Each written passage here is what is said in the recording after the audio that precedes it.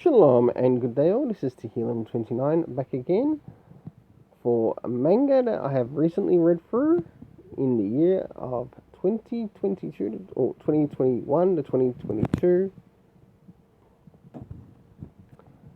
and here is my big list of manga. Of course, this one I've already covered and reviewed on the channel, so I'll be sure to add the card to that so you can check it out for yourself. So let's go through the list of manga that I have read through in this time period. So of course we've got Hentai Prince and the Stony Cat. Finally starting to catch up with some light novels. So we've got Naruto Story, The Family Day, we've got the Quintessential Quintuplets, volumes 13 and 14 there. Eden Zero. I'm glad I've actually finally made a start on the manga, where I'm presently ahead in sort of like watching the animated series and watching through the first season. I'm waiting for the second.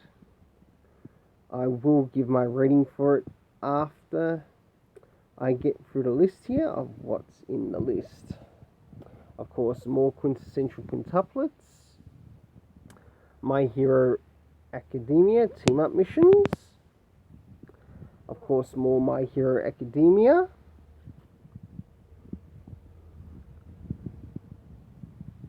And more My Hero Academia, including the Vigilante series. If you're not too fond on the main My Hero Academia, you might enjoy the Vigilantes and maybe even the team-up missions. Of course, we've got The Devilman Grimoire by Go Nagai, which actually felt a lot like a side story from the Devilman collection. And last but not least, Jujutsu Kaisen, volumes 11 and 12. So, I'll now get to my rating of each of the manga, or each of the manga sets that are there.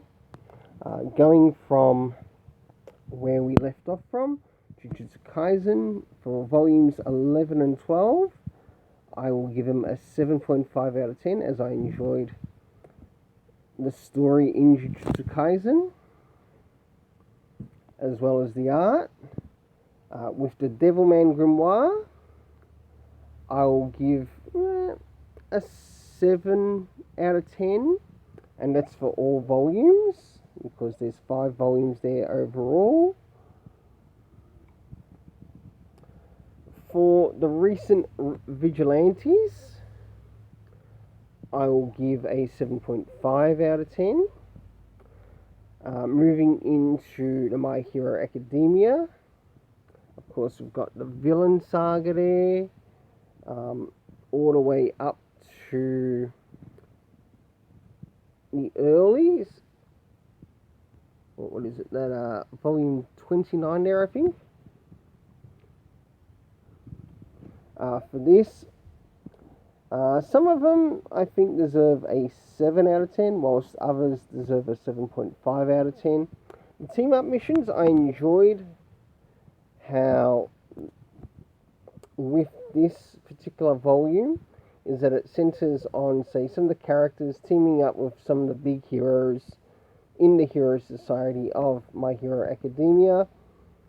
It was really nice to see this being explored. I really hope more of these come out, and I do want to get more of these. It should be on my list at my LCS. I want to see where these stories go. So for an 8 out of 10 for originality. Of course, we've got Quintessential Quintuplets, to which we've got volumes 11, 12, 13 and 14, which sort of like leads up to the finale of the whole Quintessential Quintuplets. I must admit, I really enjoyed the story, and I really enjoyed the ending. And I'll say one thing, the writer certainly knows how to give an incredible ending. And even with the ending, he also gives like a a jump into the future just to see how things are going with the characters, including the sisters, the quintuplets. So, a 7.5 out of 10 for me for all of those volumes. For the light novel on the Naruto story, The Family Day, it coincided with two stories, one following Naruto and his day with Himawari, but it also coincided with Shino's day as well, to which he got very little attention, and it was actually treated like a full-on side story, like a small side story. Seeing it centered more around Naruto than Shino, it would have been nice if towards the end that you could have had Shino meeting up with Naruto at the end, or even in the middle of the story. So with that, I'm giving it a 7 out of 10. And last but not least, In Zero, Volume 1, to which I'm going to give this an 8.5 out of 10. Until then, let's keep it colourful and have yourself an awesome day.